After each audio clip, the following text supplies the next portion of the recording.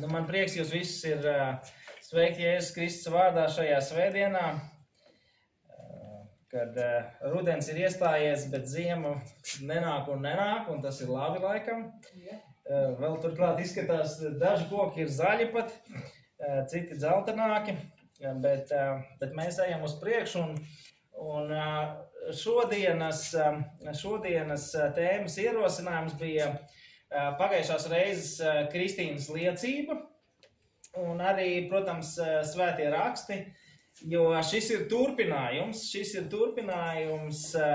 tie sekojošie panti pēc līdzības par pazudušo dēlu.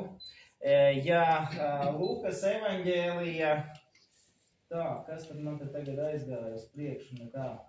Ja Lūkas evaņģēlija 15. nodaļa sākās ar vārdiem daudzi muitnieki un grēcinieki pulcējās ap Jēzu, lai viņu dzirdētu. Farizeji un rakstu mācītāji kurnēja, un tad tur turpinās. Tad 16. nodaļa, kā jūs dzirdējāt šodien Jānis, ko lasīja, tad 16. nodaļa sāks ar vārdiem, bet mācekļiem Jēzus stāstīja, kādam bagātam cilvēkam bija nama pārvaldnieks. Pirmkārt jau bet, un turpinās, tad mēs saprotam, ka Jēzus Jēzus kaut ko mēģina pateikt saviem mācekļiem. Un es gribētu atgādināt to, ka ja 15. nodaļā, kur ir šis pazudušā dēla stāsts, tad šajā līdzībā pazudušais dēls ir tie muitnieki, grēcinieki,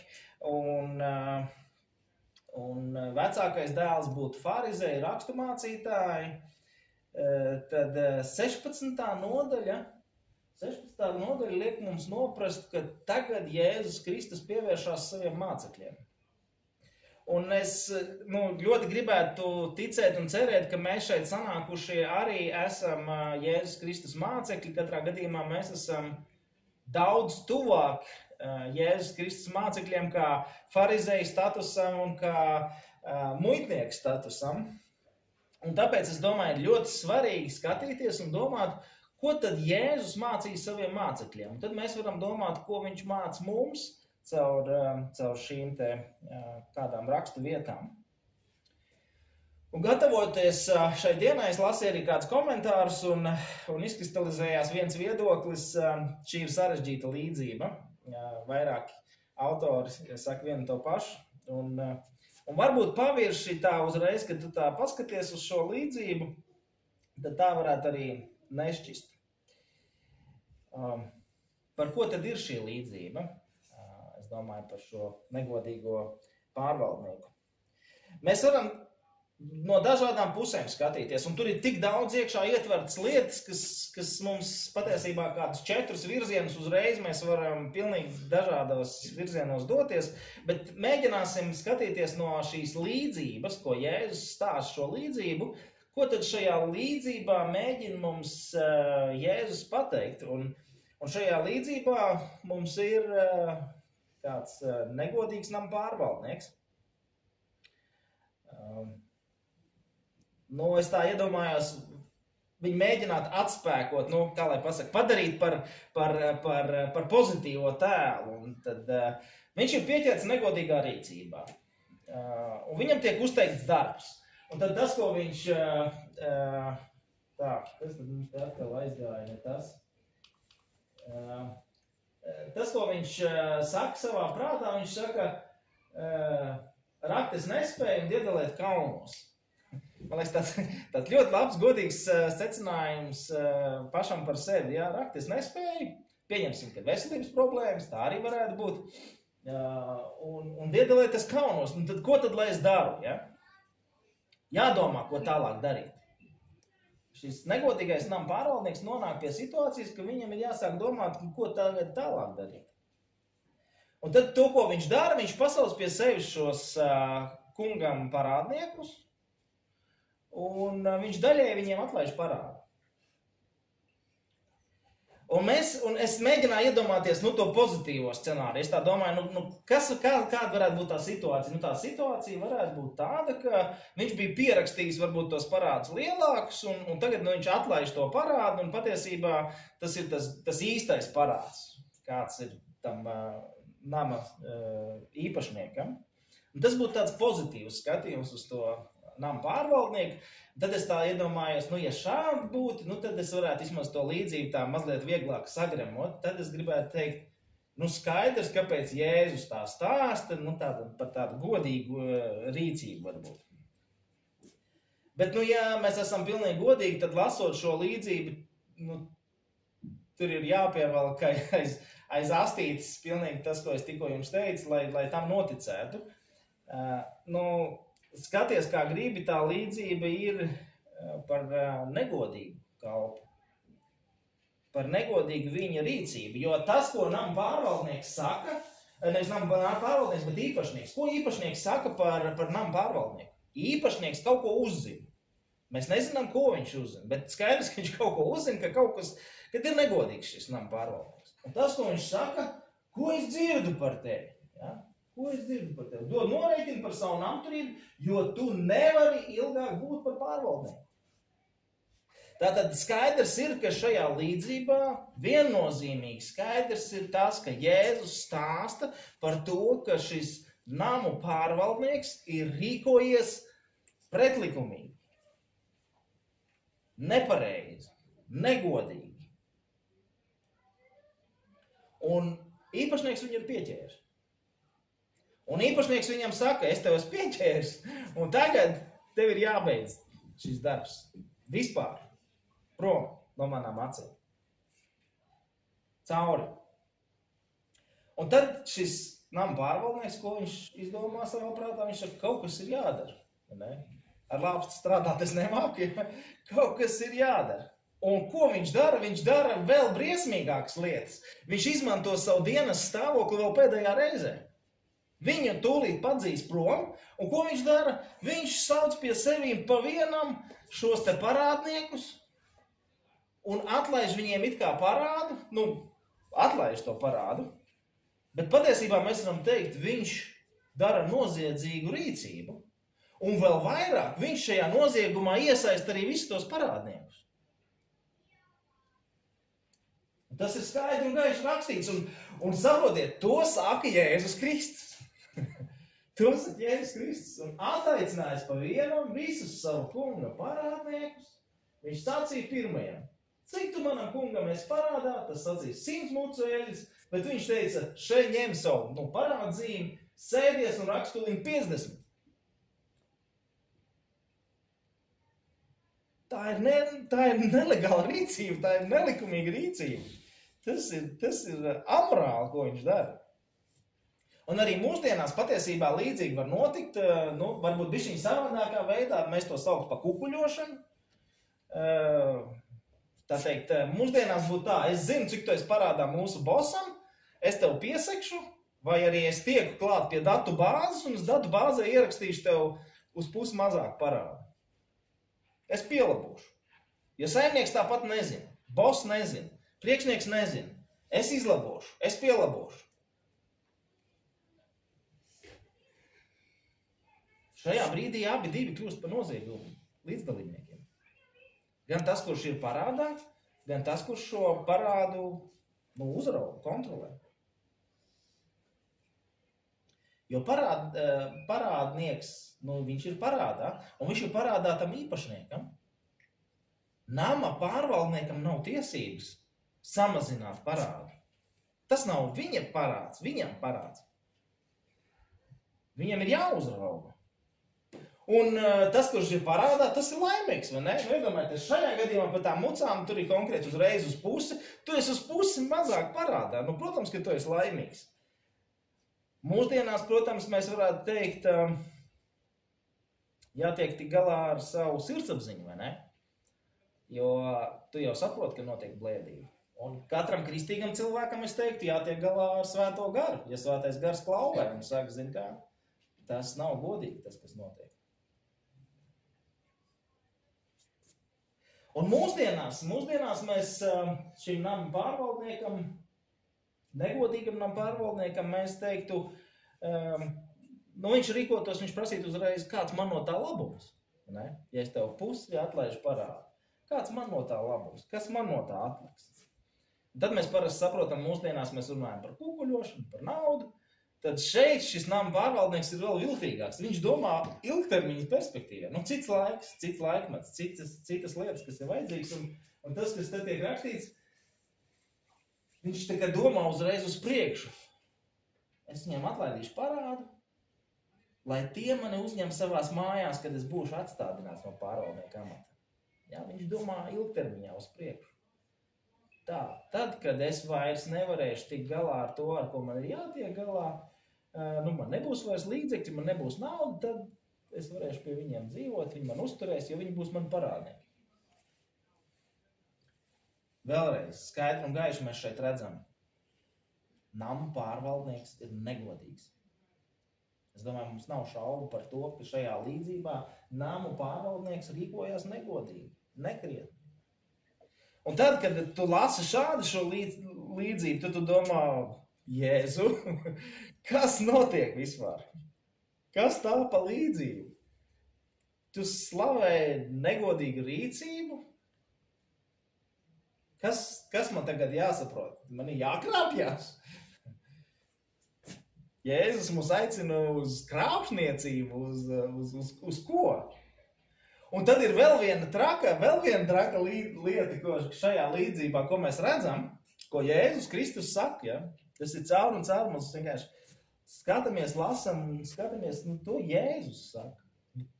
Tā ir viņa līdzība, viņa teiktā līdzība mācekļiem. Un tad 8. pants, tas saimnieks, tas īpašnieks un kungs uzteica netaisno nama pārvaldnieku, ka tas gudri bija darījis. Vispār ārprāts kaut kāds. Pirmkārtām nelegāla rīcība, nelikumīga rīcība, beigās pats īpašnieks tiek apkrāpts un beigās vēl īpašnieks saka malacis. Līdzības nevienmēr ir tiešā veidā notikums.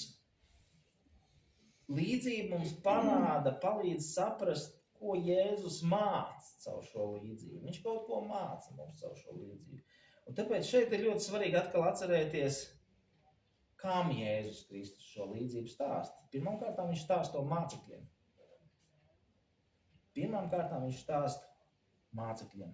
Un tā būtu tā viena lieta, ko es jums aicinātu šajā dienā šeit sēdot, padomāt un ņemt to sev līdzi.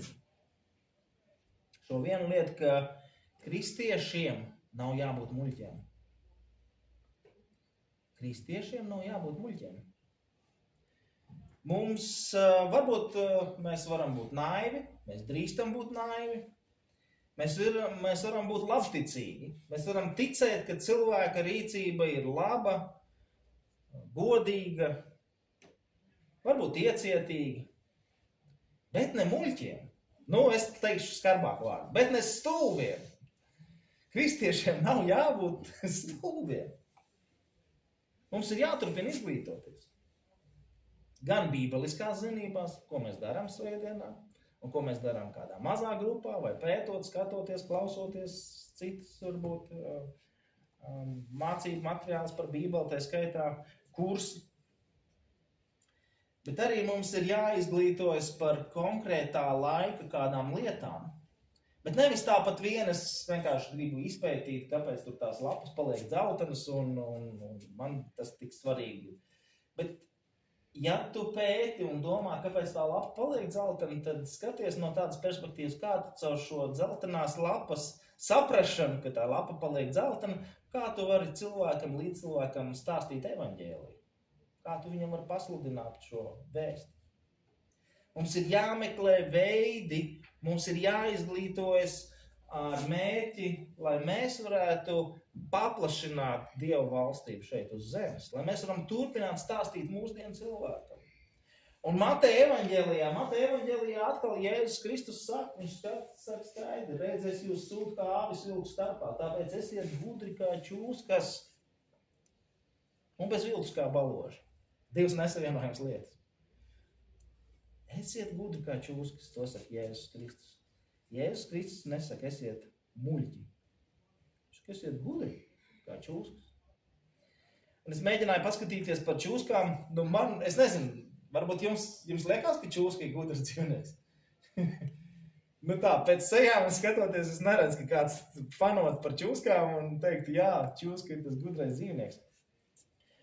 Es teiktu tā, ka čūskas gudrība, viņa slēpjas spējā saglabāt sev dzīvību, gal galā viņa taču pa zemi rāpo, vai ne? Vislielākā iespēja būt nomedītai, būt rāpot pa zemi. Bet tomēr viņa izmanīgi dzīvo un medī vēl turklāt. Un labi medī. Un tas, kas ar čūsku, ko mēs varam saprast, ne jau tik daudz viņa prātā ir gudri. Īstenībā zinātnieki saka, ka prātā viņa ir diezgan zema kategorijā, bet viņas gudrība slēpjas spējā izmantot viņas maņas. Tas, kas viņai ir dieva ielikts, tās īpašības, vai ne, mēs vēl kaut kā varam teikt. Es paskatījos, viņām ir termolokators. Tas ir viņa uztver radību siltumu, jā? Tātad šajā telpā viņa varētu atšķirt pa gabalu, kur ir cilvēks vai kur ir dzīvnieks un kur ir vienkārši kaut kāds akmens vai kas cits. Ar mēli, kas visu laiku mēs zinām vienmēr dildītais šaudās mēli. Ar mēli viņa ne tikai uztver garšu, bet arī smaržu. Un ūdenī dažas arī uztver garšu. Un viņa rāpo pa zemi un ar savu ādu viņa uztver vibrāciju. Un viņa saprot, ka kāds tuvojās. Un diezgan tā labi saprot. Un redziet, šīs īpašības, kas ir čūskā, viņai ļauj labi medīt, labi izdzīvot.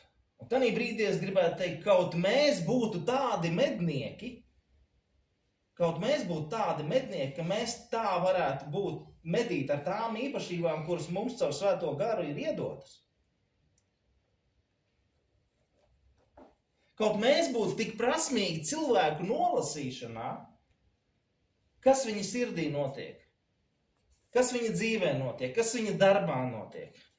Kā lai es viņu uzrunāju, vai man šodien par viņu lūgt skaļi, vai nelūgt, vai vienkārši apķert, vai uzsist pa plecu, vai uzsist pa muguru, vai pa divenu, vienalga kā kur reizi vajag. Kaut mēs būtu tā kā tās čūskas tik jūtīgi, ka mēs saprotam, kas notiek viņa sirdī.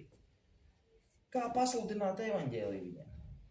Tādā garīgā jomā, ja mēs būtu tādi čūskas.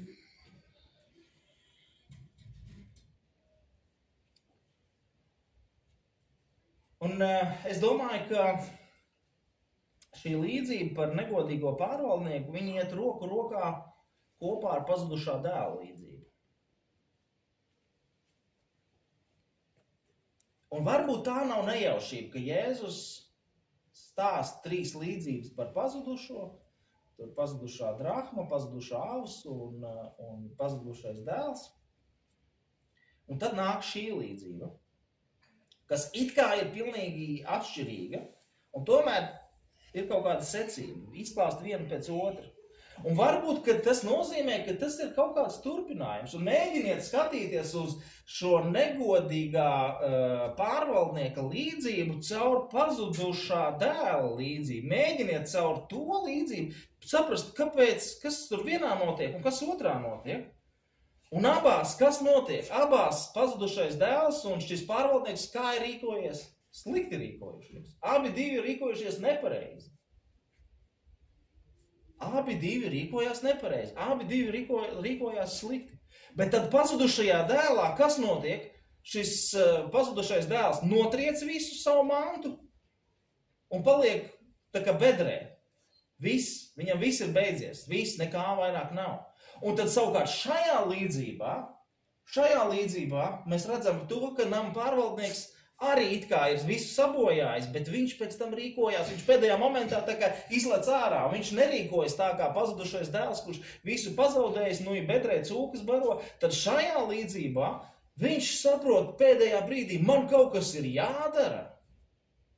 Pazudušais dēls arī varēja nenotriekt visu mantu, viņš varēja apstāties kādā brīdī, bet nē, pazudušais dēls visu izdara līdz pēdējiem, savukārt šeit ir pēdējais brīdis, kad viņš tā kā atolās. Viņam pasaka, pēdējais laiks ir klāt, tev būs jāņem lāpstiņu, tev būs jārok, bet viņš saprot, ka es esmu rīkojies nepareizi, Bet man kaut kas ir jādara, lai es varētu vēl satvert kaut kādas lietas.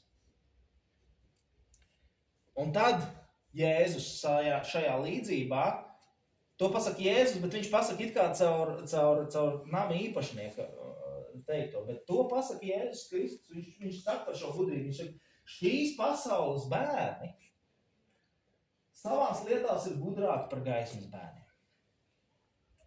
Es vēlreiz saku, Jēzus mūs nemāc būt par muļķiem.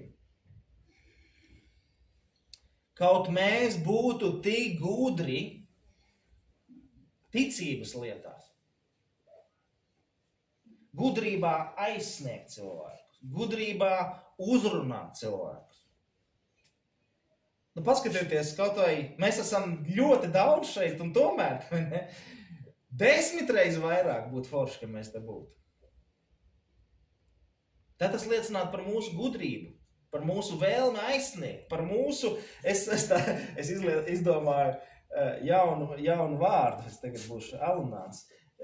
Ziniet, saka, naudskārīgs, mantkārīgs, es saku, kaut mēs būtu dvēseļkārīgi. Aizsniegt dvēseles. Kaut mēs tā augtu, kā citi augst pēc varas, politiskām ambīcijām, naudas, kaut mēs tik kārīgi būtu aizsniegt cilvēkus, uzrunāt cilvēku, kā tev liecināt par Dievu. Un kaut mēs būtu tik viltīgi kā čūskas, kas varētu domāt tā, kā, caur kuru dvēseles caurumiņu viņam tagad pielīst klāt. Ja viņš ir bēdās, kā mierināt viņu? Ja viņš ir priekos un neredz nekādas ne bēdas, nekā cita, kā mēs varētu norādīt uz to, ka dzīve ir svārstīga. Bet, protams, Jēzus šeit nerunā tikai un vienīgi par naudas kāri.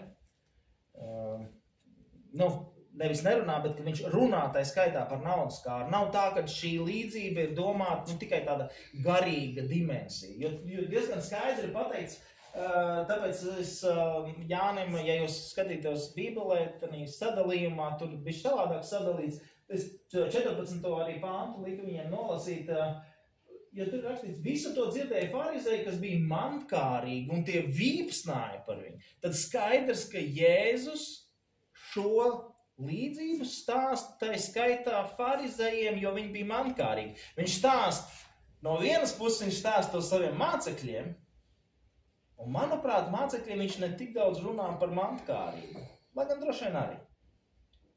Bet farizējiem viņš noteikti liek šo akcentu uz to mantkārību. Nevelti mums ir rakstīts, ka farizēji ir bijuši mantkārīgi. Tāpēc mēs nevaram skatīties uz šo līdzību tikai no tādas garīgas perspektīvas. Tas ir par garīgām, par dvēseļu aizsniegšanu. Nē, te ir arī par naudu. Diezgan konkrēti pateikts. Tāpēc mēs nevaram sašaurināt šo līdzību. Un tomēr ir tāda sajūta, ka tu lasi to līdzību, kad ir tā kaut kas piekabināts klāt, tas naudiskais jautājums. Jo tu lasi to līdzību, un tad pēkšņi 13. Neviens kalps nevar kalpot 2 kungiem.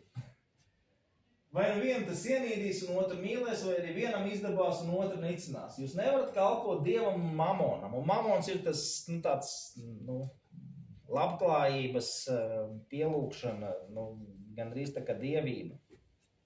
Nauda. Tad sajūt, ka tas ir vienkārši pieķipināts klāt. Kā tas viss iet kopā? Un tāpēc es teicu, līdzība ir sarežģīta. Bet mums ir jālasa un jādomā arī par sarežģītām lietām, kas Bībelē ir rakstīts. Jo varētu teikt, ka gan ir piekabināts klāt, gan arī nav vienlaicīgi. Redziet, toreiz mēs visi par farizējiem rakstu mācītājiem zinām tā negatīvu, mēs varam pateikt. Un tāpēc es vienmēr cenšos viņus mazliet, kā lai pasaka, mazgāt baltākus, kādi viņi varbūt kad ir. Viņi bija fanātiski ticīgie. Viņi bija burta kalpi. Un tas nevienmēr ir slikti, kad ir burta kalps. Patiesībā es gribētu teikt, kaut mēs paši vairāk sekotu burtam, nevis burta interpretācijām, nevis to, kā cits kaut ko tur samudžina un pasaka, ko tas nozīmē. Bet tā problēma bija tāda, ka farizēji daži bija iekrituši tanī labo darbu teoloģijā. Viņi dara kaut ko labu un cer caur to izdabāt Dievam. Un vienlaicīgi viņi arī domā, ka ja tu sekosi Dievam, tad jau man kaut kas atliks. Tad jau man būs kaut kādi papildus bonusiņi. Es taču esmu tik cītīgs. Tu taču redzi, svētdienās, šodien es te sēžu. Un mums jau iezogās tieši tas pat, jums man iezogās. es tādu, redz, Dievs, es sagatavojos, es šodien, no rīta bija tāds garstāvoklis, ka maz neliekās, un tagad es te sēžu, smaidu priekšā, runāju, Dievs, taču man kaut kādu labumu par to iedos. Viena lieta, ka tur kūka, bet kaut kādu citu labumu, sirds būs mierīgāka, priecīgāks, tāda sajūta, ka tur debesu mājoklī, tu pie tā galda, tādu vienu krēsliņu tuvāk Jēzum es sēdēšu tagad. Kaut kur jau iezogās. Un es gribu jūs nomierināt, ja jums arī tā iezogās, tad tas nav tā, ka tas nav bībeliski. Neveltu mēs sakam, ir labklājības evaņģēlijs, tas nav ne no kurienes izvilkts. Tas ir no Bībeles. 112. psalms, viņš sākās ar vārdiem. Svētīts vīrs, kas bīstas kungu. Tas būtu skaidrs. Kam tīk viņa baušļi, labi, tas būtu skaidrs. Vārena uz zemi būs viņa sēkla, svētīt būs sirdskaidro paudzi. Brīnišķīgi, viņam viss svētīt viņa paudzi. Un tad ir rakstīts, labumi un bagātība būs viņa namā.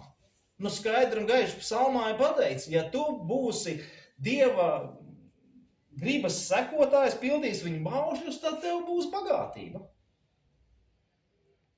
Tas ir rakstīts Bībelē. Un pilnīgi noteikti daļa no farizējiem tam absolūti skaidri ticēja tieši tā, kā rakstīts. Ja es sekoju Dievam, tad man ir jābūt pilnam leduskapim.